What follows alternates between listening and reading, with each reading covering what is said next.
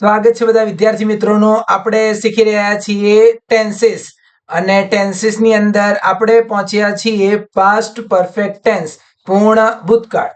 એટલે કે ભૂતકાળમાં બે ઘટના બની હશે। કેટલી ઘટના બની હશે? ભૂતકાળમાં બે ઘટના બની હશે, બરાબર। આ ધારો કે છે સાદો ભૂતકાળ, અહીંયા આગળ એક ઘટના બની છે સાદો ભૂતકાળ, પણ એનાથી પહેલા બી કોઈ ઘટના બની હતી તો એને કહેવાશે પૂર્ણ ભૂતકાળ, બરાબર। એટલે ભૂતકાળની બે ઘટનાઓ છે। આ ઘટના છે સાદા ભૂતકાળની, બરાબર, કોઈ એક ક્રિયા થઈ હતી, પણ એનાથી પહેલા કોઈ એક ક્રિયા થઈ હતી। એવી બે ક્રિયાઓ જો તમે એક સાથે વાત કરશો તો એ જે પહેલા નંબરની જે ક્રિયા છે એ શું ગણાશે? પૂર્ણ ભૂતકાળની ગણાશે। એની વાક્ય રચના કેવી રીતે રાખીશું? કર્તા, એની જોડે હેડ, એની જોડે ક્રિયાપદનું ભૂતકૃદંતનું રૂપ। હવે ક્રિયાપદનું ભૂતકૃદંતનું રૂપ કોને કહેવાય? બરાબર, આપણે હમણાં જ વાત કરી કે ભાઈ આ સમય છે, આપણે વિચાર કરીએ કે ભાઈ આ ધારો કે ભૂતકાળ છે, બરાબર, આ ભૂતકાળ છે અને એનાથી પહેલા કોઈ ઘટના બની હતી, આ પૂર્ણ ભૂતકાળ છે, બરાબર। આ શું છે? પૂર્ણ ભૂતકાળ છે। તો અહીંયા આગળ આપણે ભૂતકૃદંતના શબ્દોનો ઉપયોગ કરીશું। કયા કયા શબ્દો ભૂતકૃદંતના છે? ઉદાહરણ તરીકે ગો એટલે જવું, એનું ભૂતકાળ શું થાય? વેન્ટ, બરાબર। એ વેન્ટનો ઉપયોગ ક્યાં થાય? અહીંયા સાદા ભૂતકાળની અંદર થાય, પણ આપણે તો વાત કરવાની છે એનાથી પહેલા કોઈ ઘટના બની હતી એની વાત કરવાની છે, એટલે કે પૂર્ણ ભૂતકાળની। તો ભૂતકૃદંત જોઈશે એટલે શબ્દ શું આવશે? ગોન। એવી રીતે એક બીજો શબ્દ છે કમ એટલે આવવું, એનું ભૂતકાળ શું થાય? કેમ। કેમનો ઉપયોગ ક્યાં થશે? સાદા ભૂતકાળ, બરાબર। અને આ જે કમ છે એ ભૂતકૃદંત છે, આનો ઉપયોગ ક્યાં થશે? પૂર્ણ ભૂતકાળમાં। ત્રીજો શબ્દ છે ઈટ એટલે ખાવું, પછી એટ, આ ભૂતકાળ છે, સાદા ભૂતકાળમાં ઉપયોગ થશે, અને આ છે ઇટન। એવી રીતે આવે છે લીવ એટલે જતું રહેવું, એનું ભૂતકાળ થશે લેફ્ટ, આ આવશે સાદા ભૂતકાળમાં, અને આ જે લેફ્ટ જે છે એ પૂર્ણ ભૂતકાળમાં। એટલે ઘણીવાર એવું થતું હોય છે કે ભાઈ ભૂતકાળ, સાદો ભૂતકાળ અને પૂર્ણ ભૂતકાળનું ક્રિયાપદ જે હોય છે એ સરખું સ્વરૂપ દેખાતું હોય, સ્પેલિંગ સાથે સરખો જ હોય છે, બરાબર। ઘણીવાર એવું થતું હોય છે, બંનેના સ્પેલિંગ અને સરખો જ ઉચ્ચાર પણ આવતો હોય છે, અને અમુક એવા હોય કે જે ટોટલી અલગ હોય છે। ઉદાહરણ તરીકે આપણે આ જોયું ઈટ, એટ, ઇટન, એ ત્રણે ત્રણ કેવા છે? અલગ અલગ છે, બરાબર। તો આવા શબ્દોનો ઉપયોગ આપણે જોઈએ। ઉદાહરણ તરીકે આપણી વાક્ય રચના શું હતી? સૌથી પહેલા આવશે કર્તા, કર્તાની જોડે તમારે શું લખવાનું છે?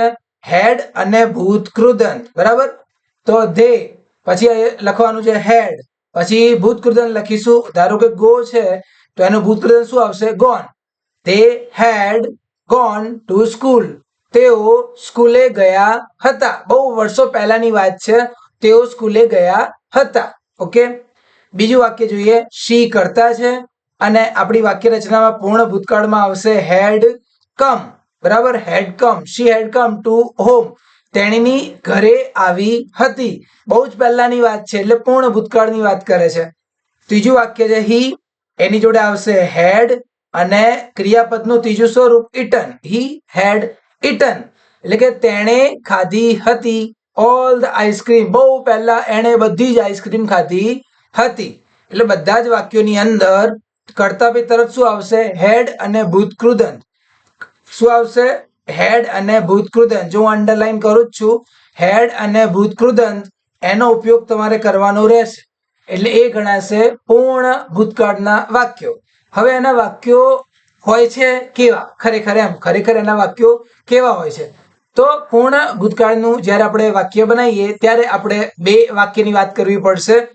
એક વાક્ય હશે સાદા ભૂતકાળ અને બીજું વાક્ય હશે પૂર્ણ ભૂતકાળનું। જેવું આપણે હમણાં થોડી વાર પહેલા જ વાત કરી કે ધારો કે આ સમય છે, અત્યારે આ વર્તમાન ચાલી રહ્યું છે, તો આ થોડા સમય પહેલા ભૂતકાળ છે, અને એના પહેલાનું આ પૂર્ણ ભૂતકાળ છે, બરાબર। આ શું છે? પૂર્ણ ભૂતકાળ। તો સારું કે આપણું વાક્ય છે ધ થીફ હેડ એસ્કેપ્ડ, ચોર ભાગી ગયો હતો, વેન ધ પોલીસ અરાઇવ્ડ, જ્યારે પોલીસ ત્યાં આવી હતી, ચોર ભાગી ગયો હતો, એટલે કે ચોર એનાથી પહેલા ભાગી ગયો હતો, બરાબર। એટલે અરાઈવ એટલે કે પોલીસ આવી હતી, અરાઇવ્ડ આ શું છે? સાદો ભૂતકાળ। શું છે? સાદો ભૂતકાળ। પણ અહીંયા આગળ જો ચોર જે છે ને હેડ એસ્કેપ્ડ, એનાથી પહેલા ભાગી ગયો હતો, એટલે એ શું છે? પૂર્ણ ભૂતકાળ, બરાબર। બીજું એક વાક્ય જોઈએ, વેન માય મોમ અરાઇવ્ડ, જ્યારે મારી મમ્મી આવી હતી. બરાબર, અરાઇવ્ડ આ છે સાદો ભૂતકાળ. અરાઇવ્ડ શું છે? સાદો ભૂતકાળ. બરાબર, અહીંયા આગળ આ સાદો ભૂતકાળ. માય ફ્રેન્ડ્સ હેડ લેફ્ટ, મારા બધા મિત્રો જતા રહ્યા હતા. ઓકે, એટલે હેડ લેફ્ટ જે છે એ એનાથી પહેલાની ક્રિયા. મમ્મી આવી હતી, ફ્રેન્ડ્સ એના થોડા ટાઈમ પહેલા જ જતા રહ્યા હતા. એ શું છે? પૂર્ણ ભૂતકાળ. એટલે ભૂતકાળમાં કેટલી ઘટના થવી જોઈએ? 2 ઘટના. એક ક્રિયા કેવી હશે? સાદા ભૂતકાળની.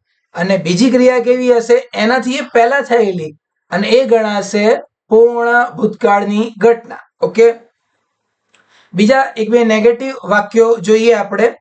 તો નેગેટિવ વાક્યોમાં આવે છે વી વર હંગ્રી. બરાબર, અમે ભૂખ્યા હતા. વી વર હંગ્રી, અમે ભૂખ્યા હતા. હવે આપણે એના પહેલાની એક વાત કરવી પડશે, કેમ કે આ જે છે ને એ સાદો ભૂતકાળ છે. તો એના પહેલાની કોઈ વાત કરીએ. We had not eaten for 5 hours, કે છે કે અમે 5 કલાકથી ખાધું હતું નહીં, એટલે અમે ભૂખ્યા હતા. બરાબર, એટલે હેડ નોટ ઇટન જે છે એ પૂર્ણ ભૂતકાળનું વાક્ય છે. I did not know who he was, હું નતો જાણતો કે તે કોણ હતો. I had never seen him before. કેમ? કારણ કે મેં એને પહેલા ક્યારેય જોયો જ નતો. બરાબર, હું નતો જાણતો, આ સાદો ભૂતકાળ છે. કેમ? કારણ કે મેં એને પહેલા ક્યારે જોયો જ નતો. એ પૂર્ણ ભૂતકાળ છે, એના પહેલાની ઘટના છે. તો જેની અંદર આપણે હેડ અને સી એટલે જોવું, સો એનું ભૂતકાળ, અને સીન શબ્દનો ઉપયોગ કર્યો છે, એ છે ભૂતકૃદંત. બરાબર, આપણે અહીંયા આગળ એનો ઉપયોગ કર્યો છે. તો આ હતું આપણું પૂર્ણ ભૂતકાળ. બરાબર, પૂર્ણ ભૂતકાળની વાક્ય રચના જોઈ લીધી કે ભૂતકાળમાં કેટલા વાક્યો હોવા જોઈએ? 2 વાક્યો હશે. એક હશે સાદા ભૂતકાળ, એટલે થોડા સમય પહેલા કોઈ ઘટના બની હતી, અને તમે કહો એના પહેલા બી કોઈ ઘટના બીજી બની હતી, તો એ હશે પૂર્ણ ભૂતકાળ. બરાબર, એની વાક્ય રચના જે કરતા એની જોડે હેડ અને ક્રિયાપદનું કયું સ્વરૂપ જોઈશે? ત્રીજું, એટલે કે ભૂતકૃદંતનું સ્વરૂપ. એટલે કે આપણી સામે, તમારી સામે ભૂતકૃદંતના સ્વરૂપો તૈયાર છે. તમે વાંચી અને જાતે પણ પ્રયત્ન કરી શકો છો. આપણે ફરીથી મળીશું અને ભણતા રહીશું.